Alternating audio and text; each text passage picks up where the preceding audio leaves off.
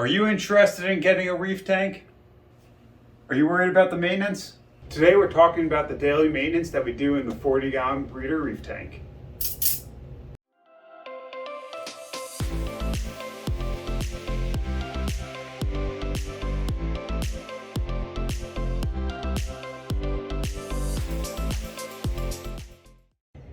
We're back, baby, and today we are going through the daily maintenance we do to keep the reef tank looking nice. This is for keeping the coral happy and the fish nice and fat.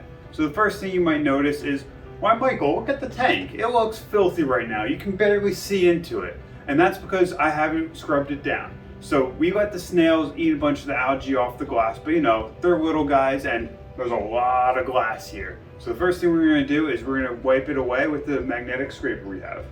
Oh my god, look how much better that is. You can actually see the coral, you can see the feather duster, you can see everything. Like, it's amazing. It's like brand new. So you're wondering, why do we get so much algae so fast? That's because we feed pretty heavy in the tank. We like to keep our clownfish nice and fat and heavy. So every day, you know, you gotta feed the fish. You can't just let them starve. So we come in here, we like to use some nice mysis pellets, take these in, and we just feed a lot in the fish tank. So this, look at them, they run crazy. This is what keeps them nice and happy. You see Snooky and Pauly D, they're just attacking it. While Tony too, he's a little more calm, so he waits for it to start sinking in, and then when it starts sneaking in, boom, boom, boom, there he is, look at him go, just eating it all up. Next, I like to add in phytoplankton. You know, our lovely Arnold Palmer homegrown phytoplankton that you've seen us show you how to culture.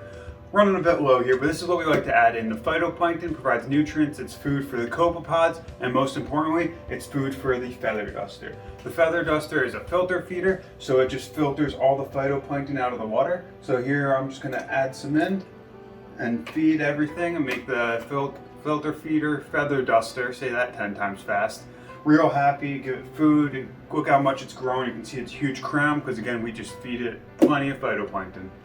And again, we like to add a very specific amount of 20 mLs for the recommended 5 mLs per 10 gallons. So quick maths, again, that's 20 for a 40-gallon breeder. So we add in a very precise 20 mLs there. I hope you saw every drop that we measured out. So next up, we like to dose Red Sea AB+.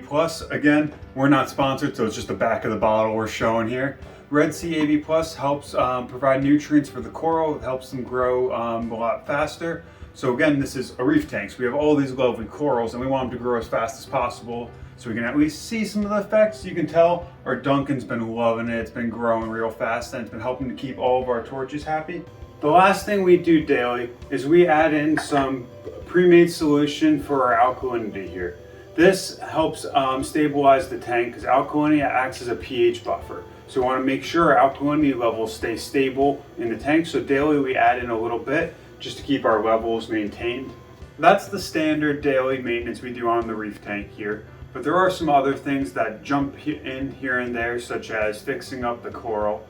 We have a lot more that we do on a monthly basis or at the end of the week, such as doing water changes to help refresh some of the water and keep our nutrient level balanced. We do more testing on the weekends. So you know our video we've had previously that goes through all of our different tests that we run, just so we know how much of the, say, alkalinity to keep dosing so we can maintain our levels and keep it stable. But again, if you watched our invert video, you know Douglas has some troublemakers in his tank. So you can see we have all these corals that are on the ground. We got to pick these up. Like, look at this. The urchin and turbo snail knocked off these zoas. It pulled the one zoa out of the rock, and they're falling everywhere. So what we're gonna do is we gotta pick them up. We gotta re-glue them on, reattach them in a better home. So then this way we can keep them happy. Cause, you know, how would you like it if all of a sudden you're sitting there soaking up the sun and someone just rolls you over and pushes you into the sand? That's what the turbo snail and the urchin keep doing to all these frags. So we're gonna re-glue them down. And then best thing that I have to show you too is look at the little update on our fragging experiment. We have the little guy here, it's opened up, the polyps are out. The main one is still opened up. They're happy in the flow there. They're slowly starting to grow again. We'll keep watching them and give you guys more updates as they progress. If you're like me, one of your biggest concerns with getting in the hobby was just having all that maintenance. I'm a pretty busy guy, always running crazy. So I was worried, like, hey, will I have enough time to keep my tank going well? because you don't want to mistreat it and have all the fish be stressed, kill coral, or kill even your fish. It would be horrible. So it's not too much you have to add in. I just squeeze in some time on the weekends to do like a water change and testing, so we make sure everything's good. It's not bad. You build it right into your routine. You barely notice, and you get all the benefits of nonstop looking at the joy that you build and this ecosystem you have. So if you ask me, it's worth it, and I definitely recommend to give reefing a try.